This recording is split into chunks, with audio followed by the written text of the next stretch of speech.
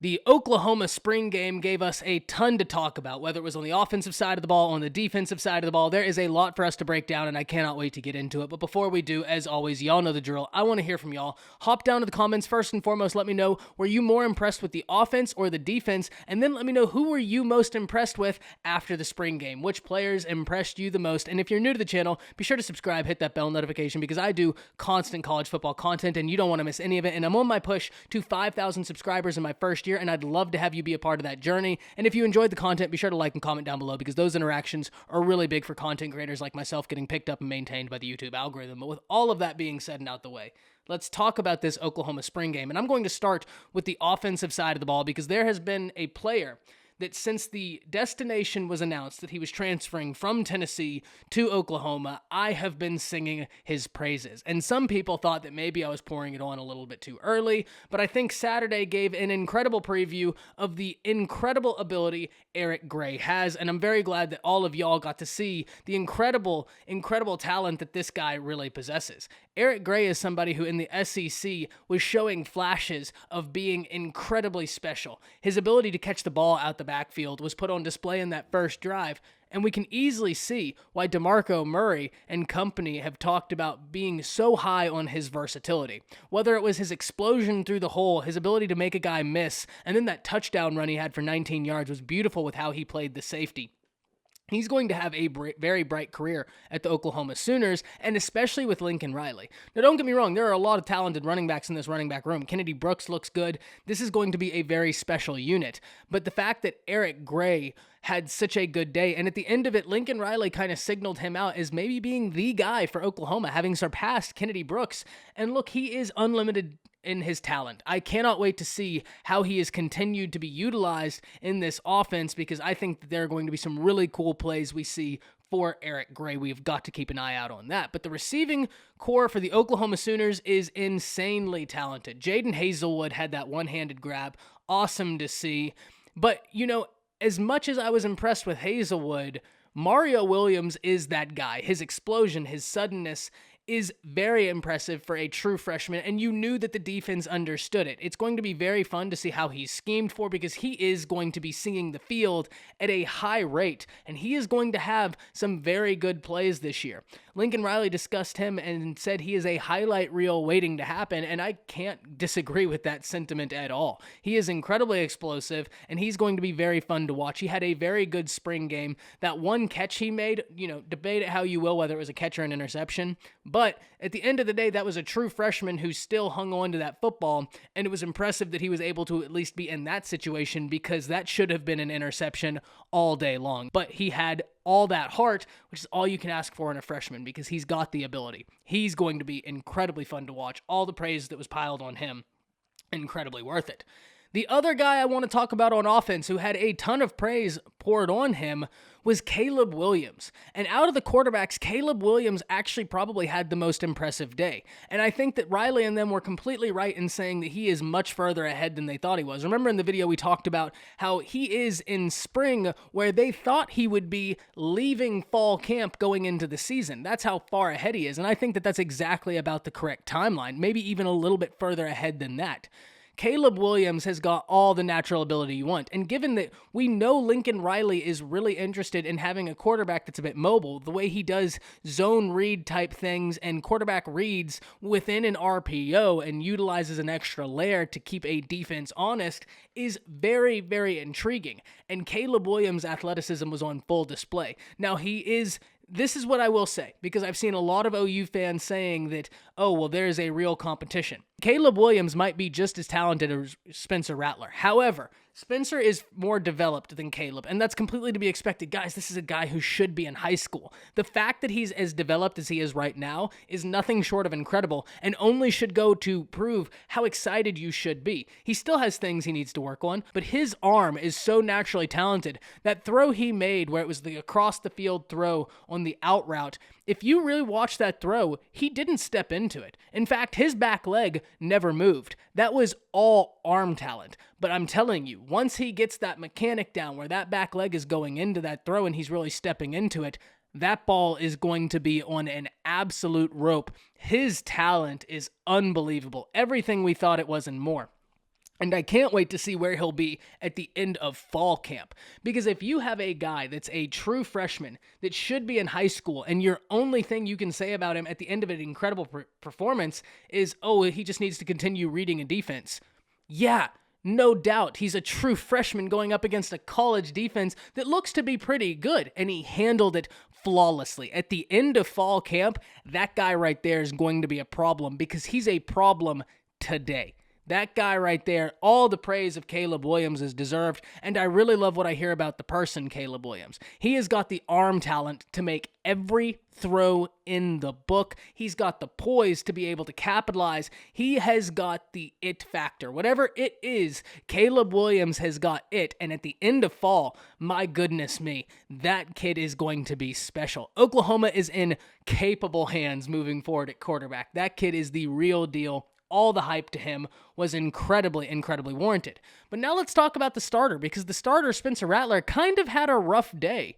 Now, Rattler is a guy who has unlimited talent, but one of the interesting things that they talked about in the spring game when talking about the Lincoln Riley offense was Lincoln Riley trying to get Spencer to become a more capable runner, stronger and better at it.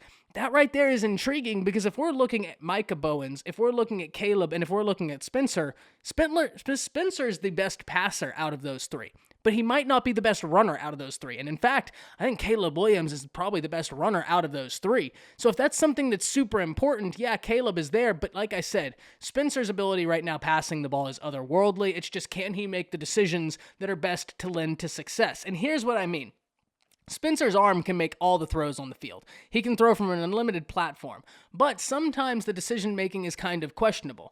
Specifically in the second quarter when they came out, and it was the goal line situation, and he had his best receiver from last year, Marvin Mims, one-on-one with a freshman nickel in Billy Bowman. Now, I don't know what the route combination was. If you do know, please comment down below. I'm really interested to see what y'all think about this play. So comment down below what you think here.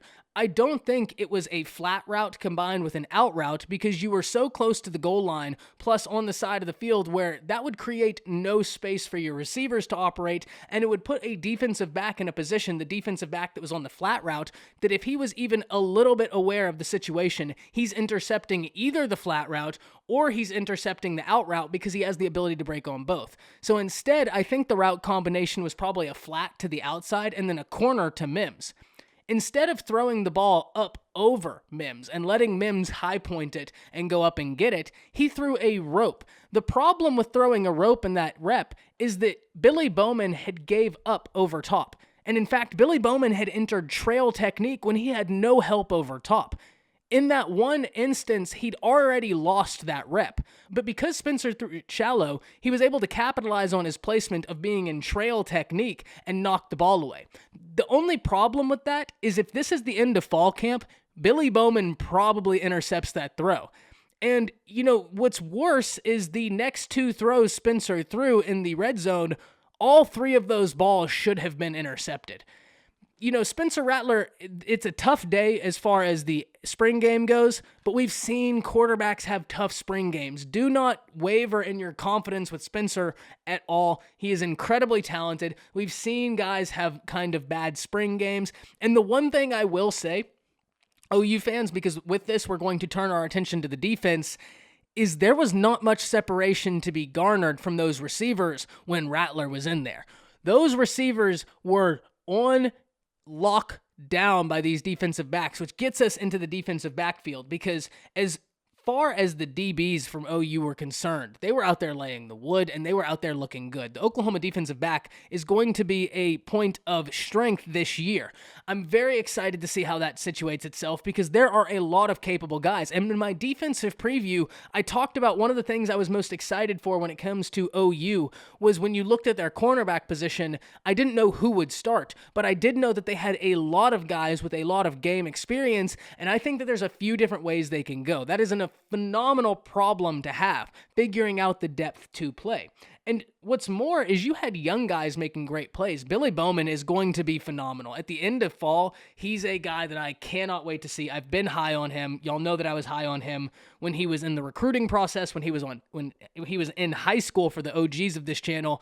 I mean, I thought he should have been a 5-star. I really do believe he is that talented. But Nathan Rollins is a guy who has got incredible length, is going to become an incredible pass rusher, but just needs to develop. He hasn't played football that long, and he is already this good. Clayton Smith is a guy who just needs to continue to develop. He is going to be very good. This Oklahoma defense has got a lot of reason to be excited because that defensive front was very good, and they were already missing guys such as Isaiah Thomas. Nick Bonito looks to have an incredible season. He is someone who we expect to be on the All-American list again, and he will try and cement himself there for a second season because he is really, really talented, and he is going to be a big piece of this Oklahoma defense. Though there are still some questions on the defensive side of the ball, those weren't answered in the spring game, I think you have to walk out of that spring game feeling very good about the defense because even though Spencer kind of had a rough day, I think it was a rough day because of some of the things they were doing defensively. And look, if I'm being very honest when I'm talking about Spencer, when we look at his stats, they're a little bit misleading. If he makes that throw in the second half to Mims where he puts it over top and Mims gets that touchdown, then he doesn't have to throw 2 more balls and he has 1 more completion for a touchdown, and then he had receivers drop the ball. So his stats are a little bit misleading, and in fact, everything outside of that one drive, I thought he looked really good. When he was throwing the ball, he threw it with deliberateness. And like I said, some of the things in Spencer's stat line are a little bit misleading because it was more attributed to drops than anything else. But I think we can always look at this 2 ways.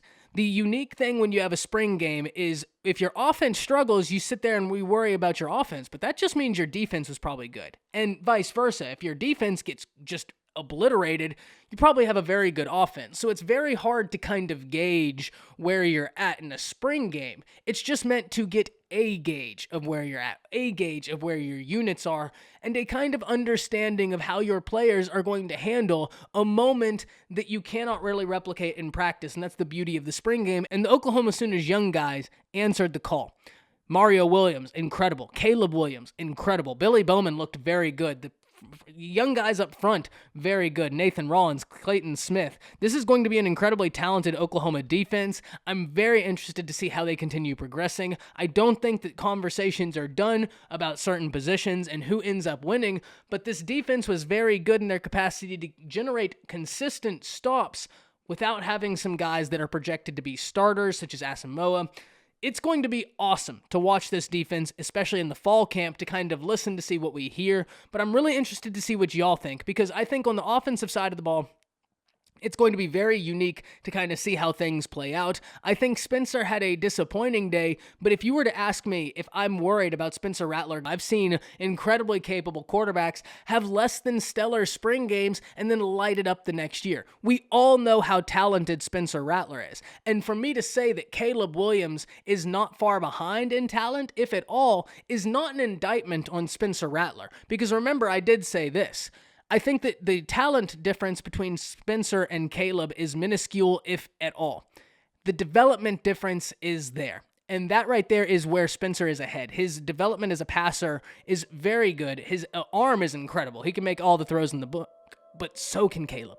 And Caleb is going to continue developing, and that's going to be an incredibly scary quarterback to watch. The fact that he gets to sit behind Spencer and learn what to do and what not to do this year is only going to make him better when he ultimately gets his chance. I can't wait to see what y'all are thinking. Who impressed you on the offensive side of the ball? Who impressed you on the defensive side of the ball? And were you more impressed with the offense or the defense? I can't wait to see what y'all thought, how y'all enjoyed the game, and who stood out to you.